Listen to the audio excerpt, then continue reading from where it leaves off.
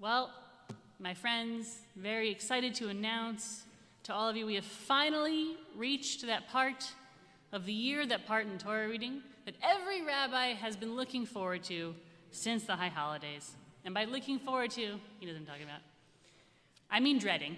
It's kind of the time that we start giving sermons on Passover because, well, it's Leviticus. We're not in Genesis. Genesis is, the world was created. There was a flood. It almost killed everyone. Abraham and Sarah and Isaac, all the matriarchs, all the patriarchs. Wow. We are not in Exodus.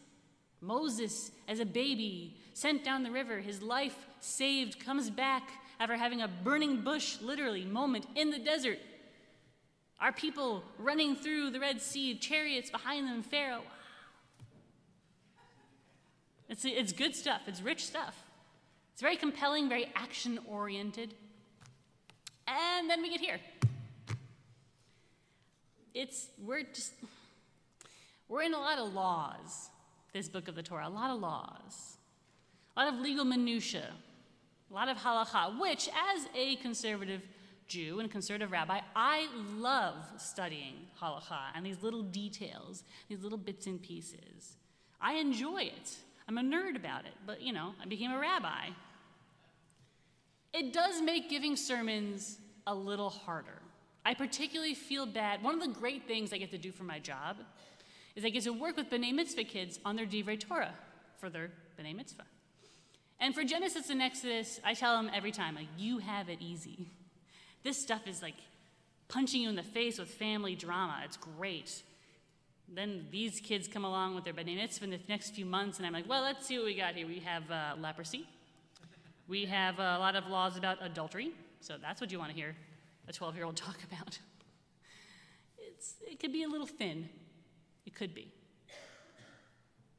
But it's not compelling. I think it's kind of like a lot of life, where you just kind of have to know where to look. And if you look and you peek, under this one little rock, you could find something actually very beautiful, very helpful, even without all the hullabaloo of Genesis and Exodus. We read Tzav today. Tzav. Tzav is wall to wall to wall to wall sacrifices. Lots of sacrifices. Lots of blood and gore, really. We've got a sin offering. It's when you've done messed up. We have a guilt offering, which sounds like it should be the same thing, but it's not. It's more if you accidentally messed up. We have a burnt offering, which are things that you offer every year, that thing happen every year, like it's Pesach, time for a burnt offering. It's Yom Kippur, time for burnt. It is Shavuot, time to burn a goat whole, because nothing says Shavuot like burning animals whole. That's what we do. That's what we did. And they do have a few things in common. They are all obligatory. You do have to do them. Did you mess up? Sin offering. Did you accidentally mess up? Guilt offering. Is it that time of the year again? Burnt offering. Generally, it's because you messed up, generally. But there's one sacrifice that's mentioned in Tzav that is completely different from all the other ones. It's a subset of sacrifices. It's called a korban todah, or a korban todah, depending on how you grew up. A Thanksgiving offering. That's Thanksgiving in the sense of gratitude, not in the sense of turkey. A gratitude offering. Now the rabbis ask, well, when do you give a gratitude offering? Because the other ones are very cut and dry. You sin, you give a sin offering. You accidentally, no, it's a holiday, great. Thanksgiving offering. What does that even mean? When would you even give that kind of an offering? Well, I say, if you returned from a long journey, which in ancient times was extremely dangerous, and even these days, 737s, traveling is dangerous, even now. So if you return from a long journey, you would say, wow, I'm so glad that everything went right, and I'm back, and everything's okay. Thanksgiving offering, an opportunity for you to give thanks. If you recovered from an illness, which certainly in ancient times was very precarious, but even now, haven't we all gotten sick at some point, and you realize at some point when you're sick, wow, I never appreciated my health when I had it, but now, gosh, I wish I had it.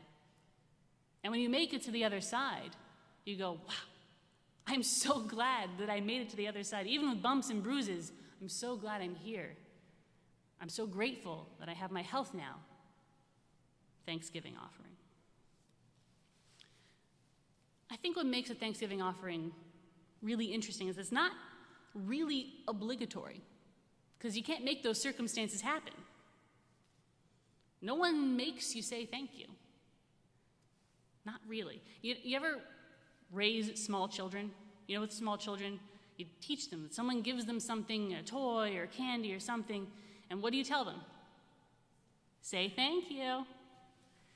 And if you're the person giving the thing, the toy, the candy, what have you, and a little kid's, been prompted, say thank you. Thank you. You're glad, that they did it, that they're learning to be grateful. It's nice. Would you ever give something to a child, anything, and they just say, thanks? It means so much more, because it came from inside.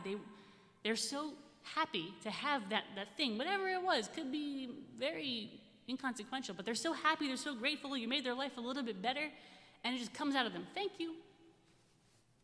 I think that's what the Thanksgiving offering does for us. It trains us up that we have to learn how to say thank you, but then when you're in a situation where you should be grateful, you know how to be grateful. You know how to recognize that situation, and you know how to say thanks because you've been practicing for a long time.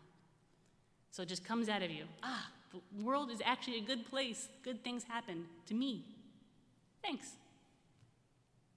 Our rabbis love the Thanksgiving offering. They loved it. They say, in an ideal world, in Messianic time, in an ideal world, we'll have a temple, but we're not going to do any more sin offerings, no more guilt offerings. Won't need them. Not going to have them anymore. The only offering we're still going to have, Thanksgiving offering. Because in an ideal world, we won't be bad to each other. We won't commit sins against each other. We won't be bad to ourselves. We certainly won't be bad to God. Everything is going to be great. We're not going to need any of those things anymore, but we're always going to have things to be grateful for, even in an ideal world, especially in an ideal world.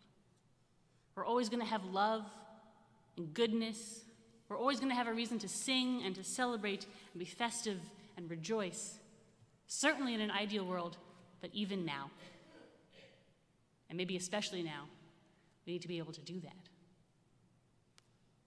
Last week, I talked about some pretty heavy stuff on Friday night. I talked about anti-Semitism, talked about the rising hatred and violence that's being committed, especially against people of faith, Jews, which concerns us, Christians, Muslims, as we've seen recently. And I talked about that because it was important to me, because it scares me, and I think it scares a lot of people. I hear it from a lot of people. I don't know how you can look at the news or the world around you and not say, wow, there's scary stuff happening out there to everybody and to us.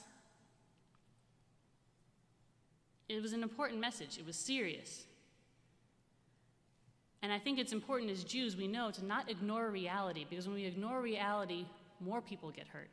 And things never get better when we stick our heads in the sand.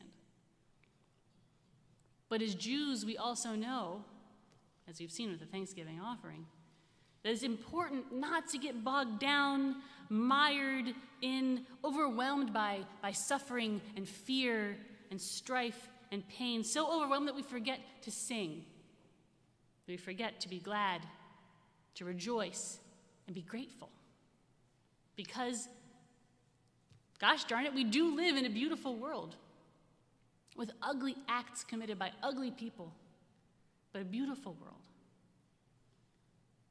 The greatest resistance to hatred and extremism is love and joy and hope.